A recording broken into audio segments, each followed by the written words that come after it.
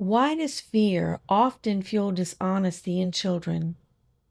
A child will quickly say, I didn't do it, even though the marker is still in their hand.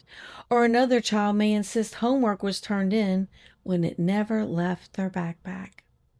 A parent asks a simple question, and suddenly the child becomes defensive, emotional, or shuts down completely. Most parents immediately focus on the behavior itself. Why would they lie? They know better. They should have just told the truth. And honestly, discovering dishonesty in your child can feel deeply personal as a parent. It can feel frustrating, disrespectful, and disappointing. Sometimes it even creates fear about what this behavior means long term.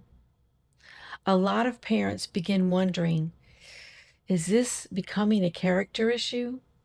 Am I being too soft? Am I handling this wrong? And while honesty absolutely matters, I think it's important for parents to understand something deeper that often gets missed in these conversations.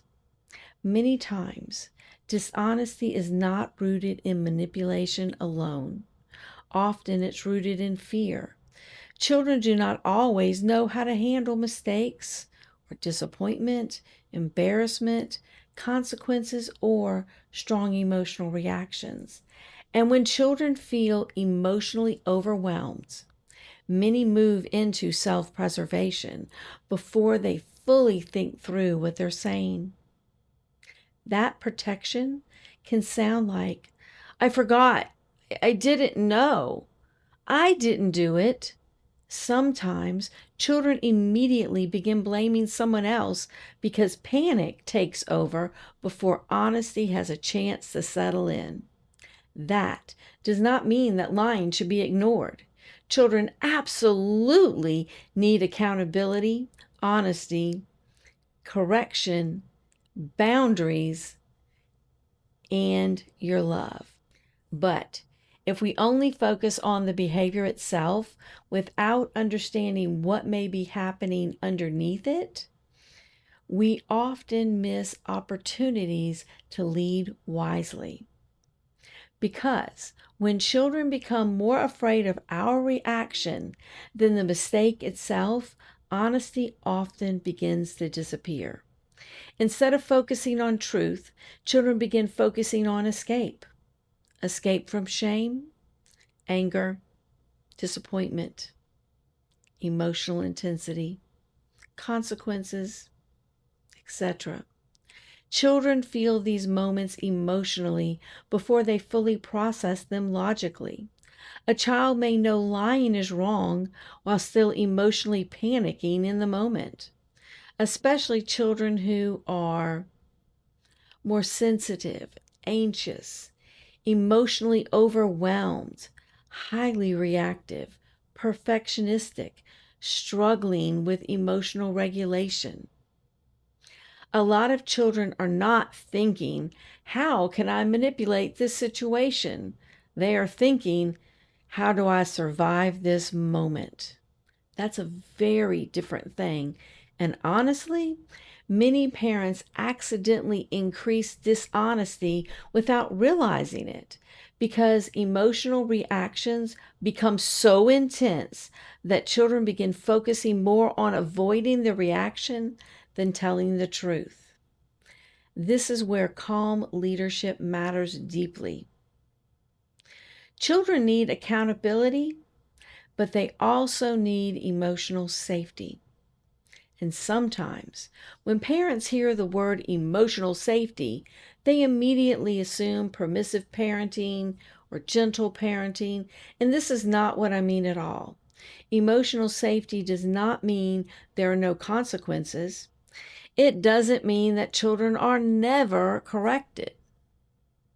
It does not mean that boundaries disappear. Healthy parenting absolutely includes accountability. But accountability and emotional intimidation are not the same. Accountability teaches responsibility. Emotional intimidation teaches fear. There is a very important difference between the two.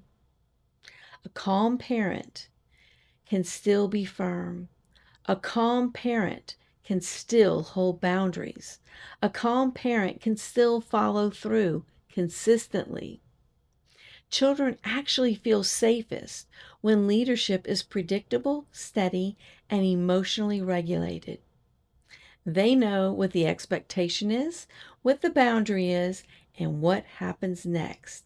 And that connection is not destroyed by one difficult moment.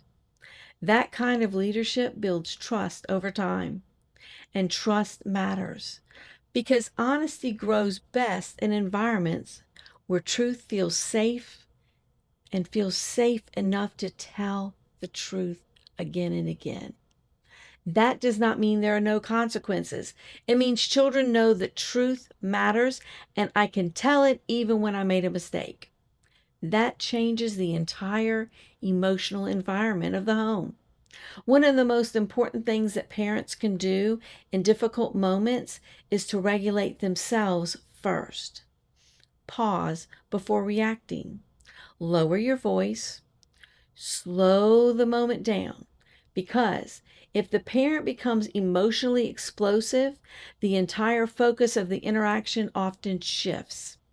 Instead of how do we address this behavior, the child's nervous system moves toward how do I avoid this reaction? And once fear takes over, honest communication becomes much harder. This is why I often encourage parents to stay focused on what is observable instead of leading with accusation. Here are some examples. Instead of saying, "Why are you lying to me again?" try saying, "I see the marker on the wall and I ask, what happened?" That keeps the conversation grounded in truth instead of emotional escalation. Children listen differently when they feel emotionally safe enough to stay engaged instead of shutting down in panic or defensiveness. Another thing that helps tremendously is creating space for honesty instead of emotionally cornering children. Sometimes calm leadership sounds like, "You can tell me the truth," or "We will handle this together," or "I want to help you fix this." That kind of response lowers fear while still holding the boundary, and boundaries still matter deeply. Calm parenting is not permissive parenting. Children still need consequences, accountability, responsibility, correction, and follow through. If a consequence is needed, follow through calmly and consistently. For example, "You're responsible for cleaning this," or "We're taking a break from markers today," or "Next time I need you to tell me the truth right away, okay?" Consistency builds trust because children begin understanding that leadership is predictable instead of emotionally chaotic. And honestly, many children need direct teaching about honesty because they genuinely don't yet know how to respond well under pressure. Sometimes parents assume children automatically know how to admit mistakes calmly. But emotional skills often have to be taught intentionally. So, teach replacement language. Practice phrases like, "I made a mistake," "I forgot," "I did it," "I was afraid to tell you."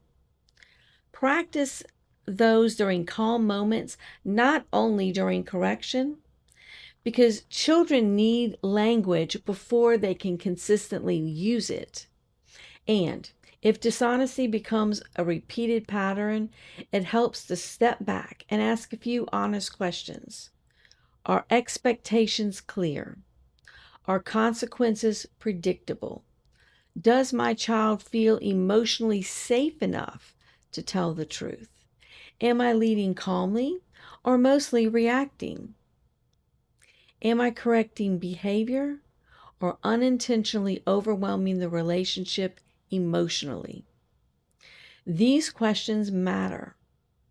As Christian parents, we are not only correcting behavior, we are helping shape the heart. Ephesians 4:25 says, "Therefore, each of you must put off falsehood and speak truthfully to your neighbor." Honesty matters deeply to God. But Scripture also teaches parents to lead with wisdom, instruction, patience, and self control. Ephesians 6:4 reminds parents not to provoke children to anger, but to raise them with discipline and instruction. Children grow best when truth and grace work together. And honestly, many parents are trying to learn these same skills themselves. Many adults grew up with fear-based correction, emotional unpredictability, shame, yelling, intimidation, and emotional withdrawal. So sometimes parents are trying to build calm leadership without having experienced much of it themselves. That matters too. And if that's you, I want to encourage you. You do not have to parent perfectly in order to build a healthier home environment. Growth happens gradually. Children are learning honesty, courage, responsibility, emotional regulation, communication, trust, and so much more. And parents are learning too. Fear often causes children to hide. Safety helps children tell the truth. And over time, consistent leadership builds honesty, emotional safety, stronger communication, and deeper trust within the home. If this encouraged you, follow for more calm, faith-filled parenting support. And if you'd like additional practical tools, I created a free parenting guide for families who want calmer, clearer leadership at home. Be blessed.